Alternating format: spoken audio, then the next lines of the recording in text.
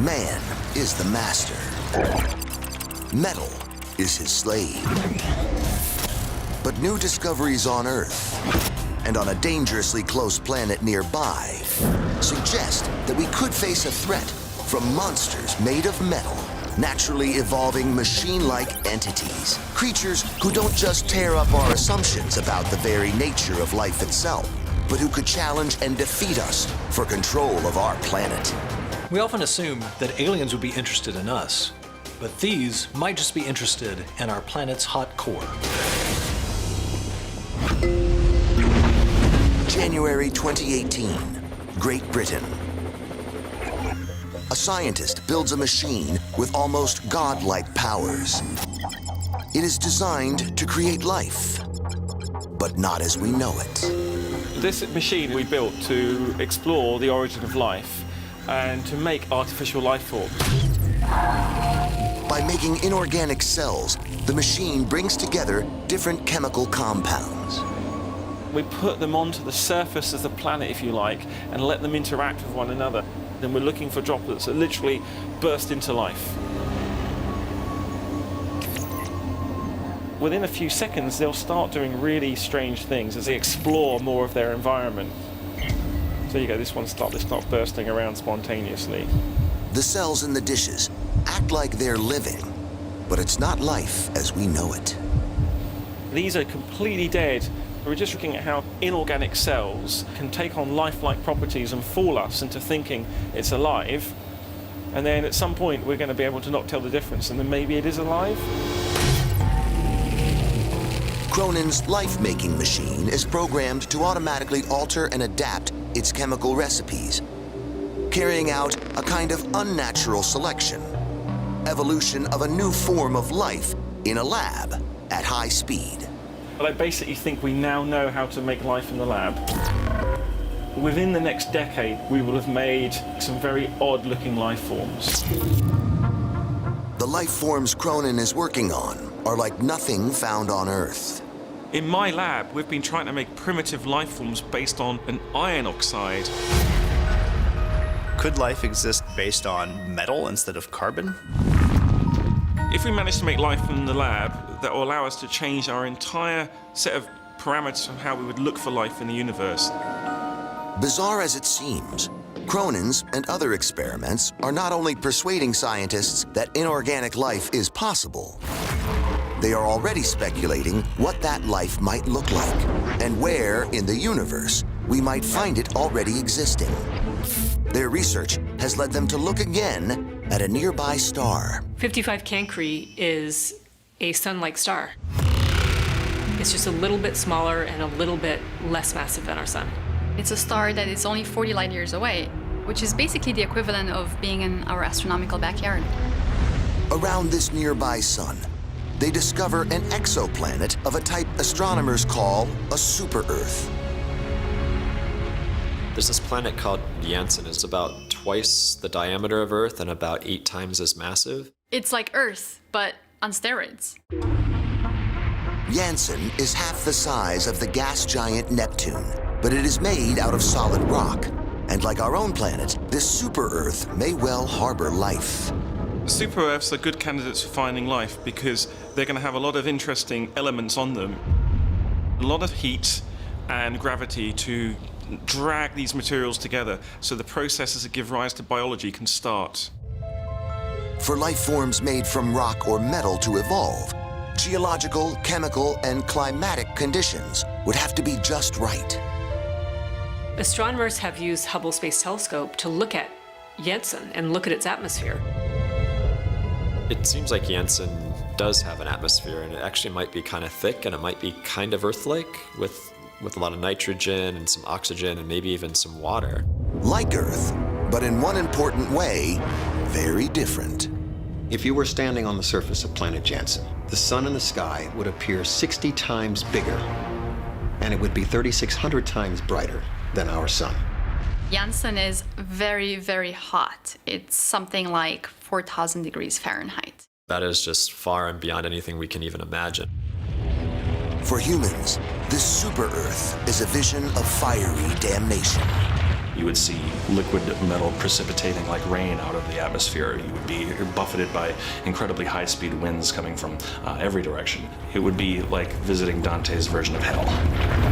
The conditions on Janssen mean instant death for anything that we would understand currently as life.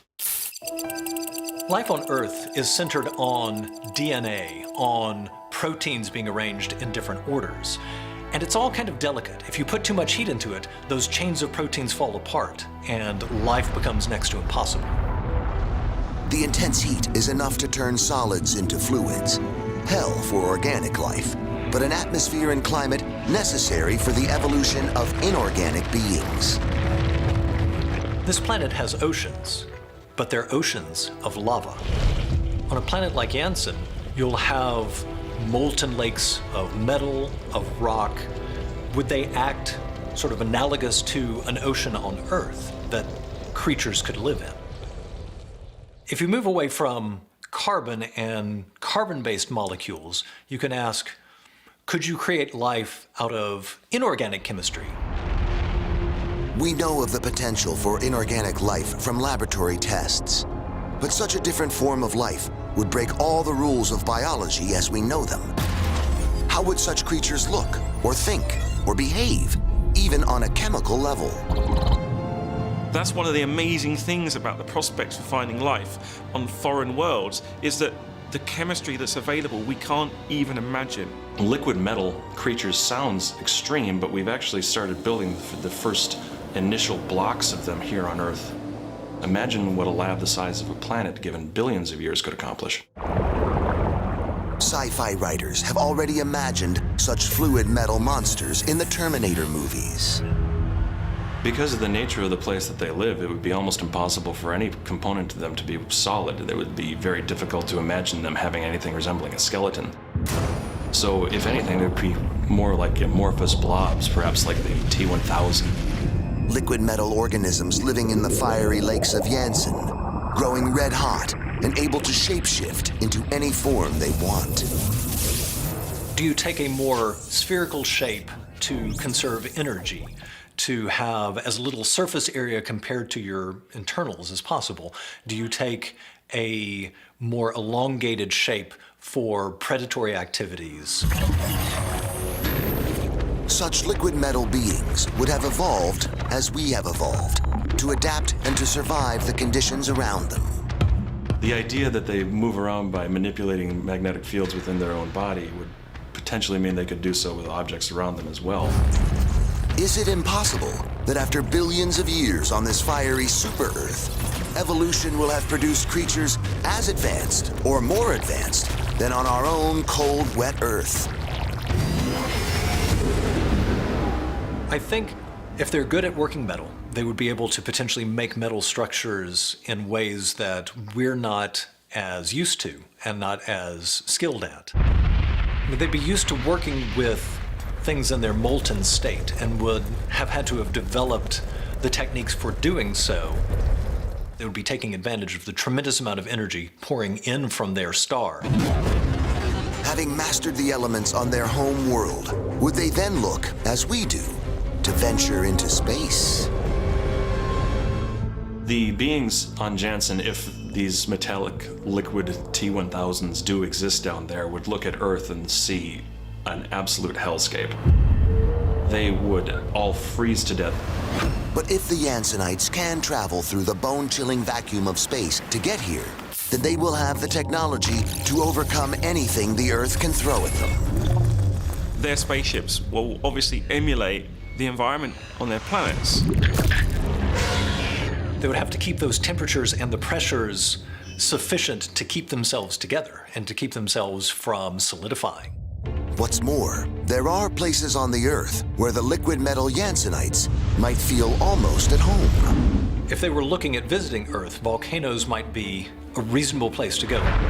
It is no doubt a coincidence that many reports of unexplained aerial phenomenon happen close to volcanoes, whose temperatures can reach to 2,200 degrees Fahrenheit.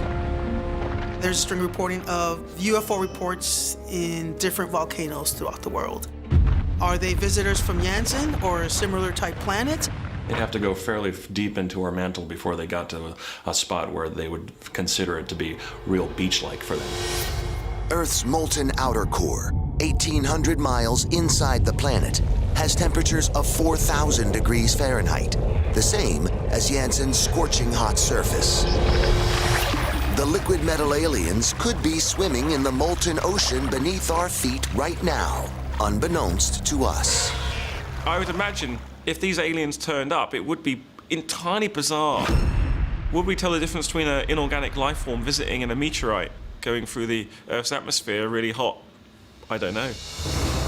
Just as we might not recognize them, they might not even see us as life forms. Just strange clumps of organic matter scattered over the thin crust of our planet. I find it very difficult to believe that we could interact with them in any meaningful way. If they